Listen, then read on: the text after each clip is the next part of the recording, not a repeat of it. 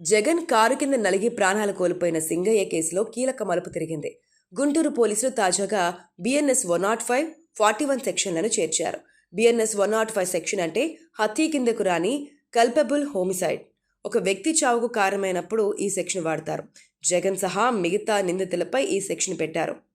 నేర నిరూపణ జరిగితే ఈ సెక్షన్ కింద జీవిత ఖైదు విధించొచ్చు. నేర తీవ్రతను బట్టి 5 నుంచి 10 ఏళ్ల వరకు జైలు శిక్ష, జరిమానా విధించేందుకు వీలుంది. ఇది నాన్ బెయిలబుల్ సెక్షన్.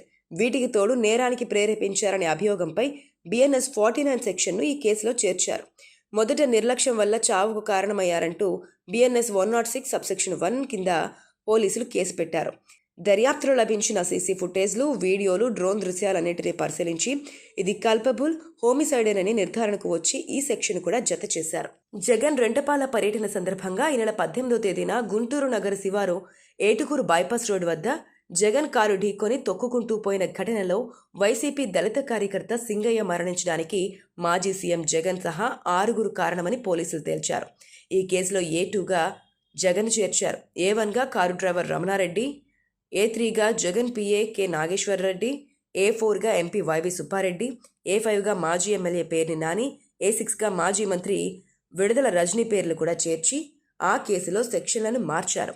మొదట మృతురాలి సింగయ్య భార్య లూర్దు మేరీ ఇచ్చిన ఫిర్యాదు మేరకు బిఎన్ఎస్ 106 సబ్సెక్షన్ 1 సెక్షన్ ప్రకారం కేసు నమోదు చేశారు.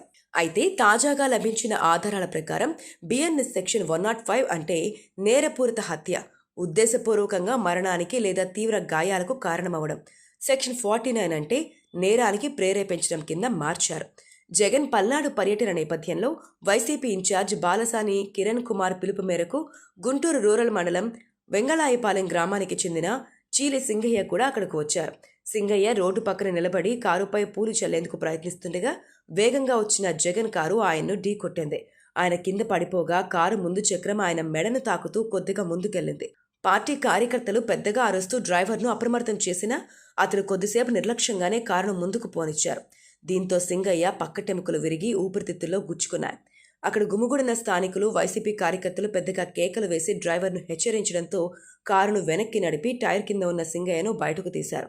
కారు కింద సింగయ్య పడిన విషయం, కారు కింద నుంచి ఆయన బయటకు తీసిన దృశ్యాలను డ్రైవర్తో పాటు కారులో ఉన్న వారంతా ప్రత్యక్షంగా చూస్తూనే ఉన్నారు. ఈ మొత్తం వ్యవహారం జగన్ దృష్టిలో కూడా ఉంది. అయినా వారు కనీసం కారు ఆపి కిందకు దిగడం గానీ, గాయపడిన సింగయ్యను పరిశీలించి ఆసుపత్రికి పంపడం గానీ చేయలేదు. ముందుకు వెళ్లిపోయారు.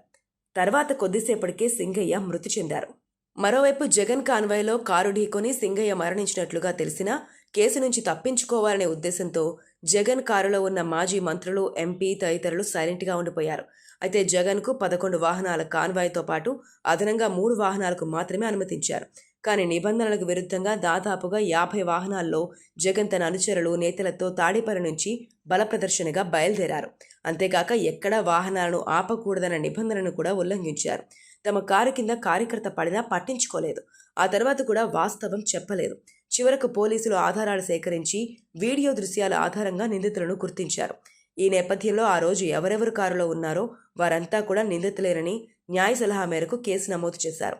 త్వరలోనే వారిని అరెస్ట్ చేస్తామని గుంటూరు పోలీసులు తెలిపారు.